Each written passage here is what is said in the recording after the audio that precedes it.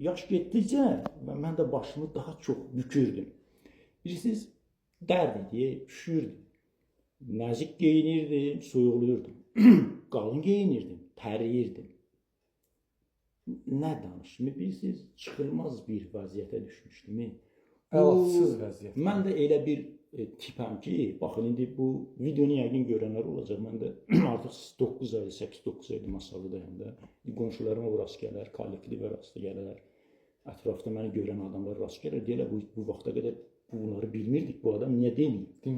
Yaxşı, mən bu negativi niyə kiminsə üzərinə tökməliyəm də? Məsələn, kimsə yoldan keçən deyib, gəl otur, mən dərini danışım sənə. Mən də bunu heç vaxt eləməmişdim. Yaxınlar, qohumlar da ola bilər, görərlər. Bu cürə açıq bunu deyə bilməmişdim də. Çünki o yaşamaq istəyirdi. Mən bunu onun üzərinə tökmək istəmirdim. Həm bilirsiniz necə bir şeydir? Bir məsəl var, deyir, dərdini dostuna desən, narahat olacaq. Düşməninə desən, sevinər. Ya mən bunu da ki, hamı üçün danışsaydım, düşmənim arxadan sevinərdi, dostumu da narahat edərdim deyənə çox şey deyə bilmirdim. Yəni bir sözlə siz də edin, sizə də məsləhət bilirəm. Mən özüm, baxışdan sizin sözü kəsdim mən. 6 xəstəliklə sağaldım. Sağlam mərkəzinə keçəndən sonra bir il ərzində, bir il tamam olandan sonra artıq mən ayıldım ki, o 6 xəstəlik məndə yoxdur. Babasil kəskin. Ağlım kəsəndən 36 yaşıma qədər ishal dedim də mən bayaqlarsa ağzıma atırdım, bayaq qaçırdım. Yəni bu iş deyil. Öyrəşmişdim artıq. Sonra böyrələrim daşla dolmuşdu. Sonra qaraciyər xəstəlikləri. Gözüm də artıq zəif görürdü axıra. Çünki ölü qidanı çox yeyirdim mən. Qazanda mən ümumiyyətlə evdəkilər bir xırda göyərti alıb qoydular qabağıma, dedim bu nə danışır? Yemək verin. Ancaq qazanda qaynayan pişən qidanı yeyirdim. Axırda da gəldi çıxdı ağciyər xərçəngi. Görün mən nə qədər şey üzərimə yükləmişdim. Vallahi başqa bir siz yol yoxdur. Mən bütün yolları yoxladım. Bütün nə qədər məsələn məzunlar aldım, yedim, nələr elədim belə. Yəni ki İnsanlar var ki, məzun satır, deyir, gələ bunu apar, evdə yi, əli də qoy, əlin üstə sən saxladaqsan, bu olmayacaq. Sağlam ətrafında yürüyüş lazımdır. Məsləhətim nədir? Baxın, sizə də məsləhət deyirəm. Arada bəziləri var, özləri də bilərləri. Gəlir, deyir ki, məndə də belədir, səndəki kimidir. Deyirəm, yemə də filan şey yemə. Səhər duran kimi su iç, deyir, eləyə bilmirəm, deyirəm, sən hələ yaxşı xəstə deyilsən. Hələ xəstələnməmişsən. Deyir, yox, mən deyirəm, məndə 2023 yox, 2022-də də ilkin birdə mənə də məsləhət verirdilər. Allah canını sağ eləsin, mənə mücizəsi kitabını əvvəllər demişdi. Onda hələ mən yaxşı xəstə deyildim. Hələ onda iynə kar edirdi. Həkim təzyiqimi ölçə, təzyiq oynayardı, ölçərdi, deyir, təzyiqin yuxarıdır. Deyirəm, ay doktor, məndə təzyiq yuxarı ola bilməz. Bir də ölçülür, deyir, indi ölçdüm, bu dəfə aşağı göstərir. İndi qalxıb düşür. O həddə düşmüşdüm. Özü də yəqin eşidə, daim oğlu, Allah can sağlığı versin. Lerikdə evləri bizdən yuxarı xeyli yolu vardı. Təxminən olardı bir 300 metrə. Yəni o yazılı o qədər incitmişdim, yaşda da məndən böyüdü. Ağlayırdım, gəlirdi, iynə vururdu. Ona görə deyirdim ki, kömək eləyir, amma əslində eləmirdi. Zəhmət çəkirdi, yol gəlirdi. Utanırdım, özümə ağrı kəsici gəzdirirdim evdə. Ampul alırdım cibimdə, bir dənə də şpriz. Baxırdım, görürdüm həkim həyətdədir, yavaş-yavaş gedirdim, həkim bunu vurma. Utanırdım, nə qədər həkimə gedərlər. O da vururdu, tapşırırdı ki, da başqa da heç nə eləmə, bu bəs eləyər. Amma gəlirdim xəlvətdə bir dənə də tabletini atırdım, amma yenə də heç nə eləmirdi. Yəni bu həddə, bu vəziyyətə çatdırmışdı. Məsləhət elədiyim nədir? Mən özüm üçün nə eləyirəm? Düşünürəm, görüm, insanın müdaxilə elədiyi nə var, marketdən onu almıram. Marketdən ancaq təbii şeylər gedirəm, girirəm, o iynə dərmanı verdiyim pulu gözüm axtarır, görüm, qozdan, fındıqdan, badamdan, yer fıstığından, pişmişdən, xurmadan. Şəkər deyilən şeydən, şirindən, yalnız və yalnız xurma və bal, bir də pişmiş söz deyirəm, amma bal istisnasızdır.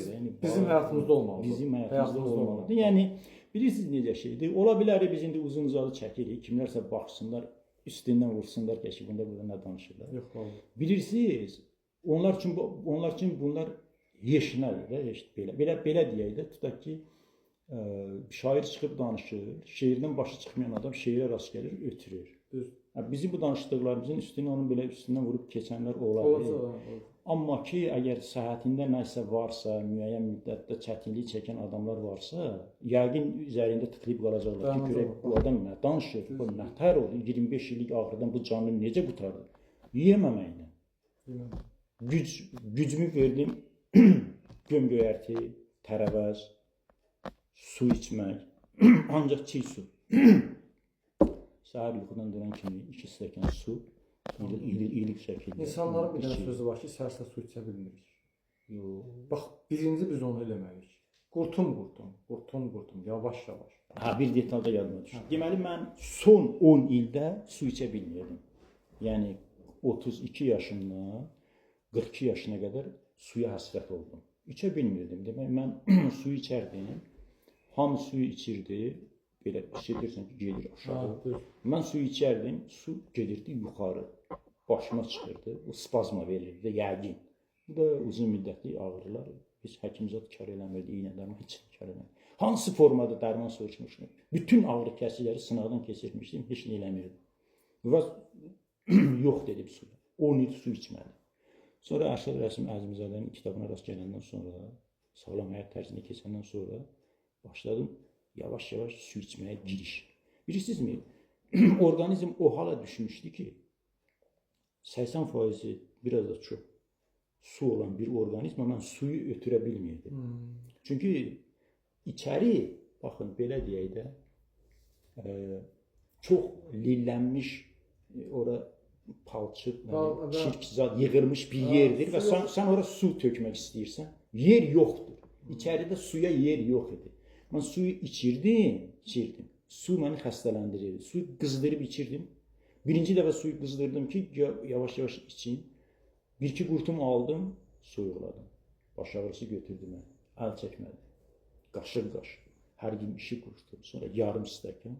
İndi noyabr ayının 2020, indi haradasa 2 il 4 ay, 2 il 5 aydır ki, mən haradasa ancaq su. Su həyat.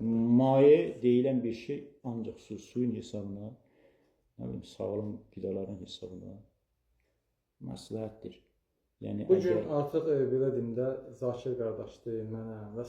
sağlam mətəz yaşayan insanlar, biz həkimsiz və dərmansız yaşayırıq. Biz xoşbəxtik bu gündən. Yəni, canımız rahatdır, sağlamıq. Həm də insanlara məlumat verir bunun sayəsində ki, yəni, baxın, belə bir həyat tərzi var. Siz özünüz sağalda bilərsiniz. Bu videolarına görə biz çəkirik ki, Allah üçün də, yəni. Onsuz dünyada kim qalacaq, heç kəs qalmayacaq, hamı gələcək. Məlumatlandırırıq. Bilirsiniz, necə şeydir, deyir, lalın dilini anası bilər və belə deyək də, indi dərd əhli, əslində, Roman, bilirsən necə şeydir, biz sağlam həyat tərzinə keçmişik və o yediyimiz o ki, qidalanırıq, onlar bizim düşüncə tərzimizdə dəyişib. Tamam dəyişir. Tamam dəyişir. Tamam. Biz də kömək etmək istəyirik də, çünki ağrımışıq axı. Ağrımışıq. Yəni, belə deyək də, ağrını məndən soruş da, yəni, mən onu çəkmişəm də, bilirəm o nə qədər zulm idi. Təsəvvür edirsən ki, gecə düşünürsən Allah. Və yaxud da bir yerə getmək lazımdır, məsələn, rayon mərkəzinə getmək istəyirəm, düşünürəm, maşının harasında oturum mən soyuqlamayım. Nətər eləyim? Mən düşünürdüm, problem çıxırdı ki, mən filan yerə gedirəm taytuşlarla. Mən nətər onlara deyim, pəncərəni bağlayayım. Bizən həm başa düşmürdülər, mən nətər deyim, yayda adam pəncərəni niyə bağlaya bilər? Və yaxud da, məsələn, yolum düşərdi Lənkəran şəhərinə, Bakı şəhərinə yayda, maşın kondisioner pəncərəni bağlayıb, mən sürücüyə deyirəm ki, kondisioneri söndür, qalıb. Niyə söndürür? Yayda kondisioner. Mən izah edə bilmirdim ki, mən soyuqlayıram da, mən indi xəstələnəcəm. Sən demək, yeməkdən. Təxminən 60% plus irəliləyiş var. 60%, yəni çox şeyə qalib gələ bildim. Davam edirəm də, yəni bu, bilirsiniz necə bir şeydir, mən onu İbn Sinanın kitablarını da dinləmişdim. Hardansa orada onu